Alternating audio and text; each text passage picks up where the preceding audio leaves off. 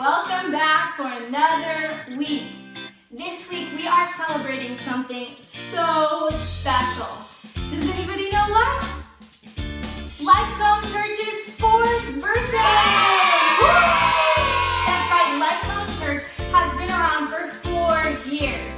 So join me as we sing Happy Birthday together. Happy birthday to Lifesong. Happy birthday to Lifesong. Wait a minute. This is not how we do things at Lifesong, kids. We need to celebrate with the praise party.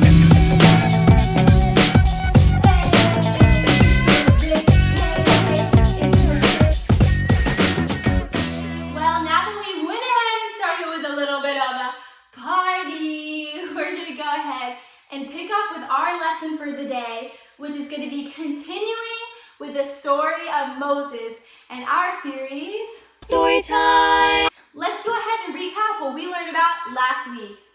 Child, I can't just throw you in the river like all the other Israelite mothers. I will put my child in this basket. Oh, that couldn't be a baby now, could it, in that basket? What do I know about raising a child? If only I could find somebody that knew how to take care of a baby. I might know somebody who could take care of that baby. Take care of this baby for me. I promise to bring him back to the palace and treat him like family. Oh God, you brought my baby back to me. Thank you. God will protect his people. So little baby Moses grows up and moves away from Egypt. But his people, the Israelites, are still being treated so badly. But God has a plan because remember, God will always protect his people. But I don't want to spoil too much, so let's go ahead and read the story for ourselves.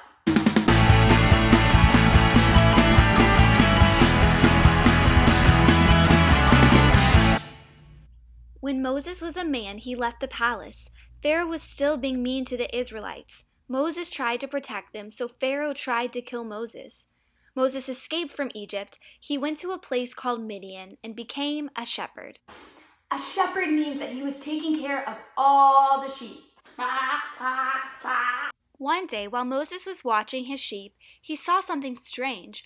A bush was on fire, but it wasn't burning up. From inside the bush, God spoke, "Moses, bring my people out of Egypt. Take them to a new land that I will show you. This new land is called Canaan." Moses was worried that Pharaoh would not listen. God told Moses to throw his staff on the ground. When he did, this staff became a snake. God told Moses to reach down and grab the snake. It became a staff again. God said, "I will use signs like this to show Pharaoh I have sent you." Hold up. You mean to tell me that Moses picked up a snake and it turned back into a staff? There is nothing our God can't do. But God, please don't turn any of my stuff into snakes. "But I cannot speak very well," complained Moses. God said, "Do not worry. Your brother Aaron is a good speaker. I will send him with you." So Moses returned with Aaron to Egypt. When they arrived, Moses told the Israelites what God had said. Hello? God, is that you? Oh, you're calling me. Well, why are you calling me? You want me to do what? I don't really know if I'm the best person for that, God. Moses was called by God. Now, what does that mean? Okay, he wasn't called on the phone by God, but God chose him. He said, "Moses, I want you to rescue my people, set them free from Pharaoh." But Moses had 3 doubts. Let's walk and talk about them. Okay, so doubt number 1 is, what if Pharaoh doesn't listen to me? Or another way of saying this is, what will people think of me? Sometimes we care way too much what people think about us, and it stops us from doing what God has called us to do. Okay, now number 2, Moses is questioning his abilities. God, what if I'm not able to do this? He's like, I can't even speak. Why would you choose me? But here's the thing, if God calls you to do it, guess what? You can do it. That's why God called you.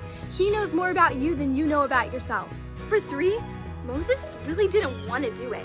He received a call from God, but he wasn't too excited to go back to the place that he grew up and to rescue his people. He knew how scary and uncomfortable it would be. You may not always want to do what God has called you to do, but I promise you it is always worth it. What God has for you is the greatest adventure, better than anything we could ever plan or imagine. Moses has a lot of questions and a lot of doubts, and that's normal. But at the end of the day, he says yes and begins his greatest adventure with God. Because saying yes to God may seem scary, but I promise you, it will always be better than our plans. So let's go ahead and head back into the classroom to find out today's main point. All right, kids, today's main point is going to be, when God calls me, I will say yes. When God calls me, I will say yes. Like Moses, you might have some doubts. You may see somebody walking with crutches and God may say, go pray for that person. And you might get really nervous about it. Or God may give you an opportunity to share the gospel with your friend or invite them to church, but you might be nervous about what they'll think. But when God calls me, I will say yes. Like, what if I don't think I can do it? Like, what if God calls me to speak on stage in front of a bunch of people? Hi. Just gonna be sharing something with you guys today. It's just kind of blinking right now at this moment, and you guys are all staring at me really intensely. Help. Or run really far.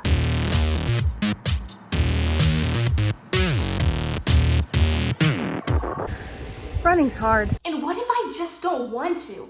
What if God asked me to clean the kitchen to bless my parents, or to serve somebody, or to invite somebody to hang out with me that gets on my nerves, or to love somebody that I don't feel like loving? When God calls me, I will say yes. And here's the good news. If God calls you, it's because He is going to provide everything you need to accomplish it. He will take care of you, He will qualify you, and He will put the people in your life to go with you. Now, while we're in our series, Story Time, I'm going to go ahead and share one of my stories with you. One time, I had the opportunity to go ziplining. Now, if you don't know what ziplining is, it looks something kind of like this.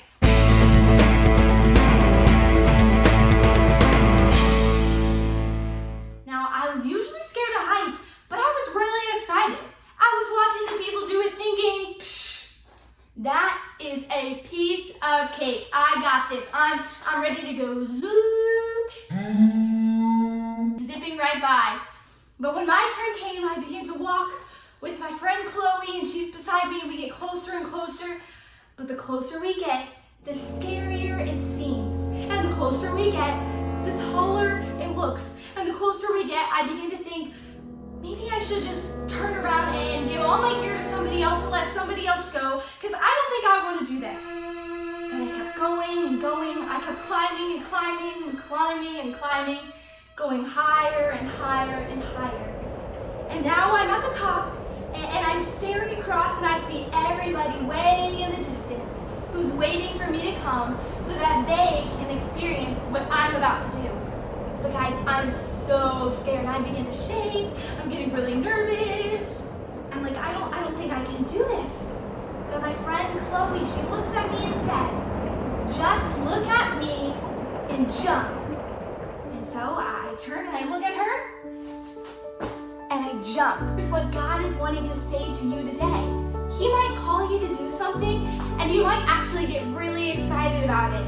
But then when you go to do it, when you go to invite your friend to church, when you go to pray for your teacher who's sick, when you go to clean your mom's room to bless her, when you go to speak on stage in front of a large group of people, you might get scared and think, I should let somebody else do it. But God says, no, look at all these people who are waiting for you just to take one step and jump. All those people are waiting for you because, see, God called Moses to rescue people, and God is calling you because there is somebody who needs you. There are people who are waiting for you just to say yes to the call of God. And when you get scared, and when you feel doubt, God and jump. Just look at God and take the steps. Just look at God and go. And I promise you, He is going to go with you. But God is wanting to call you. He chooses you. He is wanting to use you right now because there are people who want the joy that you have. There are people who want the love that you have. There are people who don't know anything about God. So just look at God and jump. When God calls me, I will say yes. And I know He's going to provide for me. And I know He's going to take care of me. Well, guys, that's the story of Moses for today. But let's go ahead and take a sneak peek at what we're going to talk about next week. Next week in the life of Moses, frogs, the water splitting in half, storms of hail and fire. What else could possibly happen? Find out next week. You guys are going to want to make sure to come back next week to continue in the life of Moses. We have some great stuff coming up. But that's all we have for today. So let's go ahead and close in the way we do best with a praise party.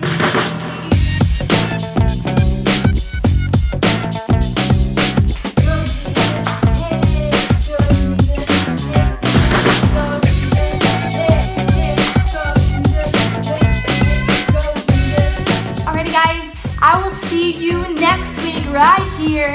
Thank you so much for tuning in today, and don't forget to love out loud.